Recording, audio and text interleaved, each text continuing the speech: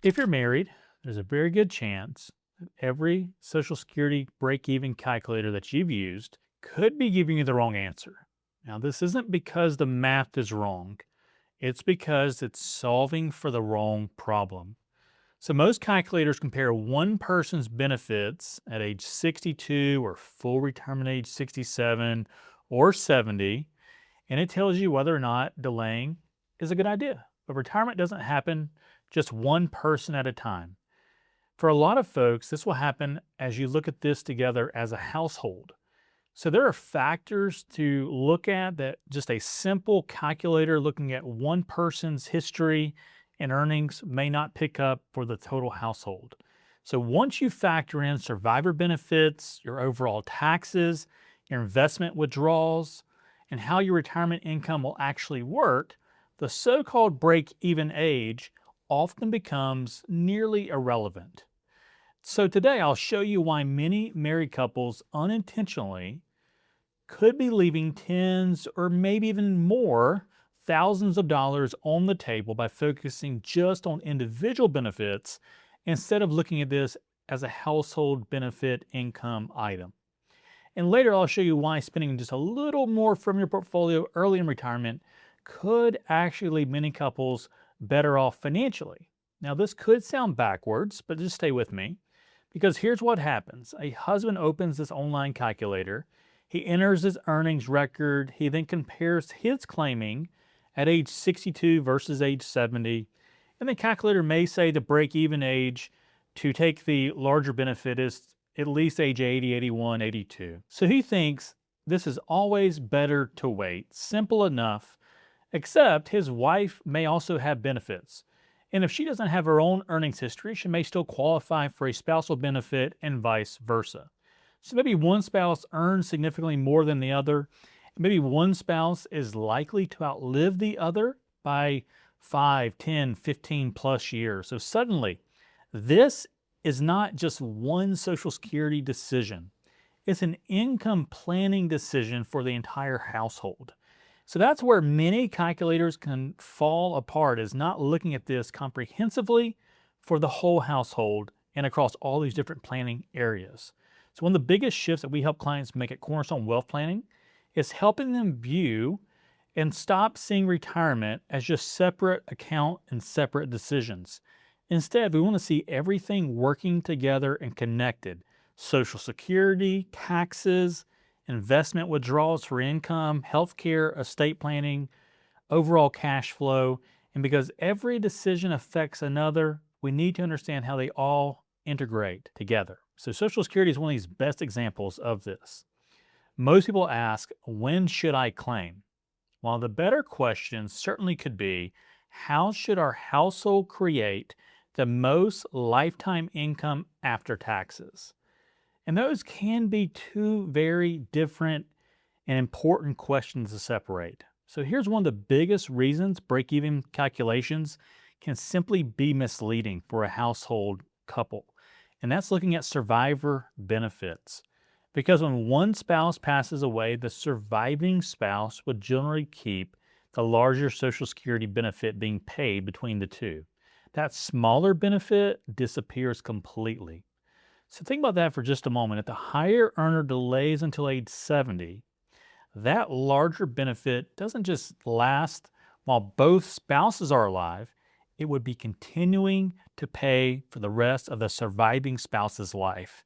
It could be 5, 10, 15, 20, maybe even 25 years of higher income. So suddenly the value of delaying isn't just measured by your own calculation and life expectancy, it's measured by the life expectancy of whoever is likely to live the longest.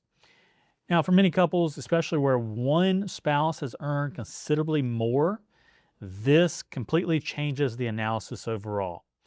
Now, here's another piece that almost nobody talks much about with the claiming decision, and that's income taxes. So let's imagine we have two couples that receive exactly the same lifetime Social Security benefits. This starts out to sound pretty identical, right? Well, not necessarily. If it then shapes up like this, one couple coordinates withdrawals from their taxable, non qualified brokerage accounts. They use their Roth conversions very strategically. They manage their Medicare premiums. and they control how much of their Social Security could become taxable. Now, the other couple simply claims benefits whenever they want, and they start withdrawing from just kind of random retirement accounts, an IRA here, a 401k there, and they have the same Social Security benefit level, but they end up with a significantly different lifetime tax bill. Potentially tens of thousands, if not hundreds of thousands of dollars of difference. So that's why we rarely make Social Security recommendations in just isolation alone. It ends up being one piece of a much bigger puzzle. So if you'd like help seeing how all these pieces fit together, that's exactly what we do for families that are approaching retirement. You can feel free to schedule a call using the link below. We'll show you how to do this as a part of an integrated retirement plan. Now, here's where things get really interesting. Let's say that delaying Social Security means you need to spend more from your investment portfolio for a few years at the beginning. So many people think immediately, bad, don't want to spend the investments, want to delay that as long as possible, but often they're only looking at one side of the equation. Suppose delaying Social Security increases your household benefit by several thousands of dollars every year for the rest of your lives together, including the survivor benefit for the one who lives the longest. So those larger guaranteed payments may allow you to withdraw much less from your investments later on.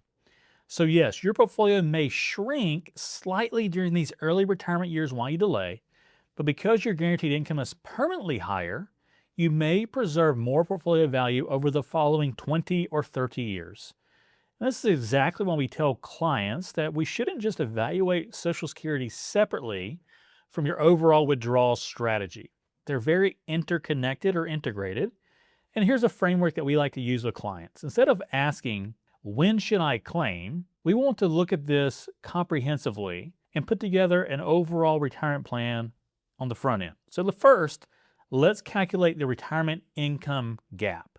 So from a simple standpoint, here's how we would do that. Step one, we want to determine how much you think realistically you will be spending each year, okay? Step two, now we want to subtract from that number the guaranteed income sources you'll have in retirement. So Social Security obviously fits there. A pension would fit there if you have one of those from a company or the government. And then other things like rental income, if it's been pretty consistent, or any maybe guaranteed income from an annuity, those will all be guaranteed income sources that help close what is your income gap. So next, we want to look at the assets that we could use to still fill the remaining part of that income gap. So what assets would we want to look at using?